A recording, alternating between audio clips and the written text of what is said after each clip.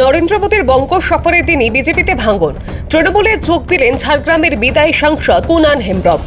রবিবারই ঝাড়গ্রামে সভা করতে যান তৃণমূল কংগ্রেসের সর্বভারতীয় সাধারণ সম্পাদক অভিষেক বন্দ্যোপাধ্যায়। সেখানেই অভিষেকের হাত থেকে তৃণমূলের পতাকা তুলে নেন তিনি। ঝাড়গ্রাম লোকসভা কেন্দ্র থেকে 2019 সালে বিজেপির টিকিটে জয়ী হয়েছিলেন কুনাল হেমব্রম। গত লোকসভা ভোটে জঙ্গলমহলে ভালো ফল করেনি বিজেপি। ঝাড়গ্রাম লোকসভা কেন্দ্র জঙ্গলমহলেই অন্তর্গত।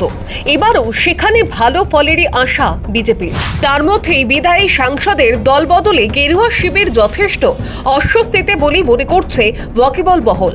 এবার দফায় দফায় লোকসভা ভোটে প্রার্থী তালিকা ঘোষণা করেছে বিজেপি।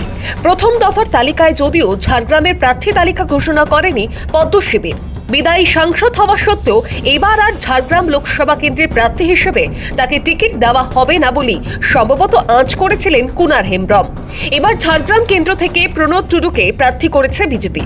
এবার বিজেপির বিদায়ী সাংসদকে এদিন তৃণমূল কংগ্রেসে যোগদান করিয়ে গেরুয়া শিবিরে বড় ধাক্কা দিলেন অভিষেক বন্দ্যোপাধ্যায়। গত মার্চ মাসে বিজেপি ছড়ার ইচ্ছা প্রকাশ করেছিলেন তিনি। দল ত্যাগ করতে চেয়ে তিনি বিজেপির রাজ্য সভাপতি সুকান্ত মজুমদারকে একটি চিঠিও পাঠিয়েছিলেন। তবে দল ত্যাগের পর তিনি জানিয়েছিলেন বয়স জনিত বিভিন্ন শারীরিক অসুস্থতায় ভুগছেন। সেই কারণে তার পক্ষে আর সক্রিয় রাজনীতি করা সম্ভব হচ্ছে না। অন্য কোনো দল তো নয়ই, রাজনীতিতেই থাকতে চাইছেন না।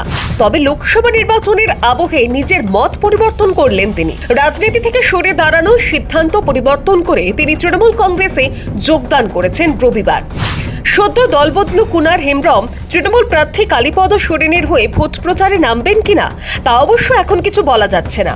কুনাল হেমব্রমের স্ত্রীর পিস্তুত দাদা কালীপদ, তাই সম্পর্কে তিনি কুনালের শ্যালক। তার হয়ে ভোট প্রচারে বিদায়ী সাংসদ কুনালের দেখা যায় কিনা সেটাই দেখার। ব্যুরো রিপোর্ট, সময়, কলকাতা।